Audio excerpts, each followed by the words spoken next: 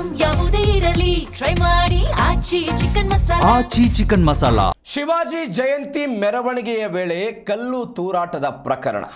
ಬಾಗಲಕೋಟೆ ಜಿಲ್ಲಾಧಿಕಾರಿ ಕಚೇರಿಯಲ್ಲಿ ಶಾಂತಿ ಸಭೆ. ಬಾಗಲಕೋಟೆ ಶಾಂತಿ ಸಭೆಗೆ ಹಿಂದೂ ಮುಖಂಡರು ಗೈರಾಗಿದ್ದಾರೆ. ಛತ್ರಪತಿ ಶಿವಾಜಿ ಜಯಂತಿ ಮೆರವಣಿಗೆಯ ಸಮಯದಲ್ಲಿ ಆದಂಥ ಕಲ್ಲು ತೂರಾಟ ಮತ್ತು ಚಪ್ಪಲಿ ಎಸೆತ ಪ್ರಕರಣ.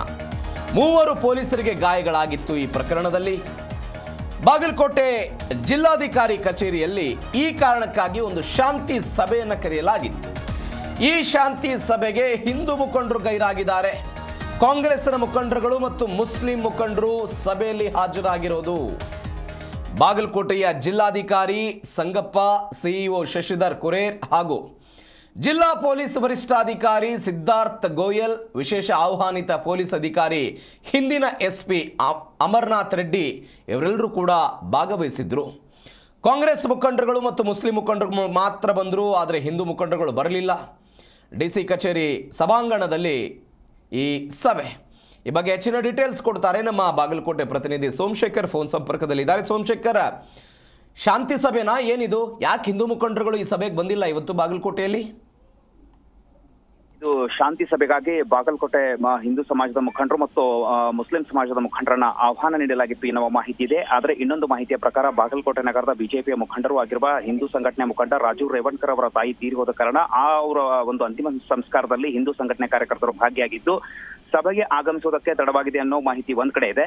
ಆದರೆ ಇನ್ನೊಂದ್ ಕಡೆ ಕರ್ನಾಟಕ ಮರಾಠ ಕ್ಷತ್ರಿಯ ಸಮಾಜದ ರಾಜ್ಯ ಉಪಾಧ್ಯಕ್ಷ ಡಾಕ್ಟರ್ ಶೇಖರ್ ಮಾನೆ ಅವರು ಕೂಡ ಬಾಗಲಕೋಟೆ ನಗರದ ಜಿಲ್ಲಾಡಳಿತ ಭವನಕ್ಕೆ ಆಗಮಿಸಿ ಜಿಲ್ಲಾಧಿಕಾರಿಗಳಿಗೆ ಒಂದು ಮನವಿಯನ್ನ ಕೊಟ್ಟಿರುವಂತದ್ದು. ದುಷ್ಕರ್ಮಿಗಳನ್ನ ಕೂಡಲೇ ಬಂಧಿಸಿ ಕಠಿಣ ಕ್ರಮವನ್ನ ಜರುಗಿಸುವುದು ಅಂತ ಹೇಳುವುದರ ಜೊತೆಗೆ ಸಭೆಯಲ್ಲಿ ಭಾಗ್ಯ ಆಗದೆ ಇರೋದಕ್ಕೆ ಕಾರಣ ಏನು ಅಂತ ಕೇಳಿದಾಗ ಕೇವಲ ಮರಾಠ ಸಮಾಜದ ಮುಖಂಡರಿಗೆ ಮಾತ್ರ ಇಲ್ಲಿ ಆಹ್ವಾನವನ್ನ ನೀಡಿರುವಂತದ್ದು ಜಿಲ್ಲಾಡಳಿತ.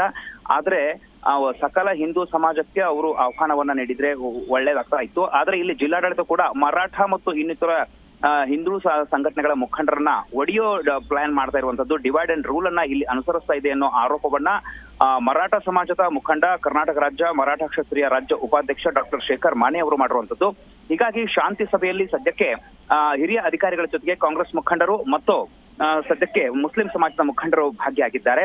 ಹೀಗಾಗಿ ಹಿಂದೂ ಸಂಘಟನೆಗಳ ಮುಖಂಡರನ್ನ ಸಂಪರ್ಕ ಮಾಡಿ ಕೆಲವೊಂದಿಷ್ಟು ಜನ ಅವರಿಂದ ಮಾಹಿತಿಯನ್ನ ಪಡೆದಾಗ ಸಭೆಗೆ ಬರೋದು ತಡವಾಗುತ್ತೆ, ಸಭೆಗೆ ಬರ್ತೇವೆ ಅನ್ನೋ ಮಾಹಿತಿಯನ್ನ ನೀಡಿದ್ದಾರೆ ಎನ್ನುವ ಮಾಹಿತಿ ಇದೆ. ಜೊತೆಗೆ ಬಾಗಲಕೋಟೆ ಜಿಲ್ಲಾ ಉಸ್ತುವಾರಿ ಸಚಿವ ಆರ್ ಬಿ ತಿಮ್ಮಾಪುರ್ ಅವರು ಜಿಲ್ಲೆಯಲ್ಲಿಯೇ ಇರೋದ್ರಿಂದ ಅವರು ಕೂಡ ಸಭೆಯಲ್ಲಿ ಭಾಗಿಯಾಗ್ತಾರೆ ಅನ್ನುವ ನಿರೀಕ್ಷೆ ಇದೆ.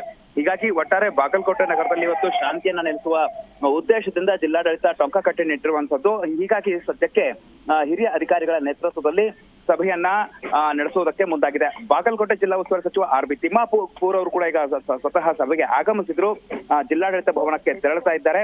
ಅವರು ಕೂಡ ಸಭೆಯಲ್ಲಿ ಭಾಗಿಯಾಗ್ತಾರೆ ಅನ್ನೋ ಮಾಹಿತಿ ಸಿಕ್ಕಿರುವಂತದ್ದು. ಹೀಗಾಗಿ ಅವರು ಜಿಲ್ಲಾಡಳಿತ ಭವನಕ್ಕೆ ಆಗಮಿಸಿದ್ದಾರೆ. ಸಚಿವ ಆರ್ ಬಿ ತಿಮ್ಮಾಪುರ್ ಅವರು ಜಿಲ್ಲಾಡಳಿತ ಭವನದ ಮೆಟ್ಟಿಲುಗಳನ್ನ ಏರ್ಕೊಂಡು ಸಭೆಯ ಕಚೇರಿ ಒಳಗಡೆ ತೆರಳುತ್ತಾ ಇರುವಂತದ್ದು. ಪ್ರವೀಣ್.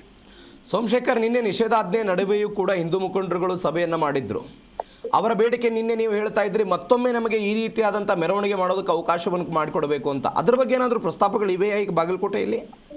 ಸದ್ಯಕ್ಕೆ ಯಾವ ಪ್ರಸ್ತಾವಗಳು ಇಲ್ಲ. ಸಂಬಂಧಪಟ್ಟಂತಹ ಏನು ದುಷ್ಕರ್ಮಿಗಳಿದ್ದಾರೆ ಅವರ ವಿರುದ್ಧ ಕಠಿಣ ಕ್ರಮವನ್ನ ಜರುಗಿಸಬೇಕು ಅನ್ನೋ ಮಾಹಿತಿ ಇದೆ. ಇನ್ನು ಕೂಡ ಇಂದು ಬಾಗಲಕೋಟೆಯ ನವನಗರದ ಸೆಕ್ಟರ್ ನಂಬರ್ 52ರಲ್ಲಿ ಹಿಂದೂ ಸಮ್ಮೇಳನ ನಡೀತಾ ಇದೆ. ಬಾಗಲಕೋಟೆ ನಗರದಲ್ಲಿ ನಿಷೇಧಾಜ್ಞೆ ಜಾರಿ ಇದ್ರೂ ಕೂಡ ಸಮ್ಮೇಳನಕ್ಕೆ ಅವಕಾಶ ಕಲ್ಪಿಸಲಾಗಿದೆ. ಕಾರಣ ಏನಂದ್ರೆ RSS ನ ಶತಮಾನೋತ್ಸವದ ಹಿನ್ನೆಲೆಯಲ್ಲಿ ವಿರಾಟ್ ಹಿಂದೂ ಸಮಾವೇಶನ ಆಯೋಜಿಸಿದ್ದು ಇದು ಪೂರ್ವ ನಿಗದಿತ ಕಾರ್ಯಕ್ರಮವಾಗಿರುವುದರಿಂದ ನಾವು ಇದನ್ನ ರದ್ದು ಮಾಡುವುದಿಲ್ಲ, ಇಲ್ಲಿ ಸಮ್ಮೇಳನವನ್ನ ನಡೆಸ್ತೇವೆ ಅಂತ ಹೇಳಿ ಪೊಲೀಸ್ ಇಲಾಖೆಗೆ ಹಿಂದೂ ಸಂಘಟನೆಗಳು ಮನವಿ ಮಾಡಿಕೊಂಡ ಪರಿಣಾಮವಾಗಿ ಪೊಲೀಸ್ ಇಲಾಖೆ ಈ ಸಮ್ಮೇಳನಕ್ಕೆ ಒಂದು ಅವಕಾಶವನ್ನ ಕಲ್ಪಿಸಿದೆ.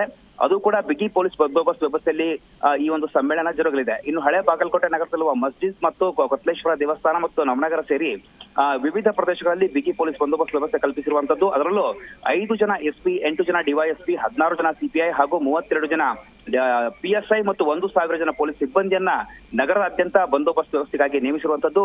ಕಾಕಿ ಸರ್ಪಗಾವಿನಲ್ಲಿ ಇವತ್ತು ಒಂದ್ ಕಡೆ ಹಿಂದೂ ಸಮ್ಮೇಳನ ಮತ್ತು ಶೋಭಾ ಯಾತ್ರೆ ಜರುಗ್ತಾ ಇರುವಂತದ್ದು. ಇನ್ನೊಂದು ಕಡೆ ಜಿಲ್ಲಾಡಳಿತ ಭವನದಲ್ಲಿ ಹಿಂದೂ ಮತ್ತು ಮುಸ್ಲಿಂ ಸಮಾಜದ ಮುಖಂಡರ ಶಾಂತಿ ಸಭೆಯನ್ನ ಆಯೋಜಿಸಿರುವಂತದ್ದು. ಇನ್ನು ಹಳೆ ಬಾಗಲಕೋಟೆ ನಗರದ ಮಸ್ಜಿದ್ ಮತ್ತು ದೇವಸ್ಥಾನ ಸುತ್ತಮುತ್ತ ಯಾವುದೇ ರೀತಿಯ ಅಹಿತಕರ ಘಟನೆಗಳಿಗೆ ಅವಕಾಶ ಕೊಡದಂತೆ ಖಾಕಿ ಸರ್ಪಗಾವಲನ್ನ ಹಾಕಿದ್ದು ಸದ್ಯಕ್ಕೆ ಬಾಗಲಕೋಟೆ ನಗರದಲ್ಲಿ ವಾತಾವರಣ ಉದ್ವಿಗ್ನ ಇದ್ರೂ ಕೂಡ ಬೂದಿ ಮುಂಚಿದ ಕೆಂಡದಂತ ಪರಿಸ್ಥಿತಿ ಇದ್ರೂ ಕೂಡ ಅದನ್ನ ಹತೋಟಿಗೆ ತರುವುದಕ್ಕೆ ಜಿಲ್ಲಾಡಳಿತ ಪೊಲೀಸ್ ಇಲಾಖೆ ಹರಸಾಹಸವನ್ನ ಪಡ್ತಾ ಇದೆ. Praveen. Okay Somashekar, thank you ನಿಮ್ಮೆಲ್ಲ ಡೀಟೇಲ್ಸ್ಗೆ.